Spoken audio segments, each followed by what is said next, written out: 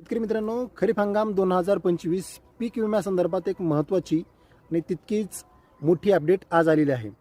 16 मार्च 2026 पासून पीक विम्याचं जे कॅल्क्युलेशन आहे त्याची प्रक्रिया सुरू करण्यात आलेली आहे अशी आपल्याला माहिती मिळालेली आहे. तर पीक विम्याचं कॅल्क्युलेशन म्हणजेच आपल्याला पीक विमा किती मिळणार याबाबतचा आकडा प्रधानमंत्री फसल विमा योजनेच्या पोर्टलवरती दिसतं आणि हे जे कॅल्क्युलेशनचा आकडा दिसल्यानंतर आपल्याला पुढील आठवडाभराच्या आत ही जी रक्कम आहे ती आपल्याला बँक खात्यामध्ये मिळत असते.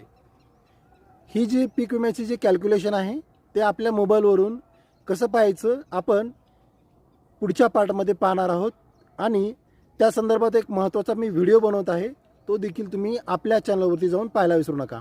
अशाच महत्त्वपूर्ण अपडेटसाठी आमच्या यूट्यूब चॅनलला सबस्क्राईब करायला विसरू नका आणि पुढच्या पार्टमध्ये पीक विम्याचं कॅल्क्युलेशन कसं बघायचं ते देखील पाहायला विसरू नका.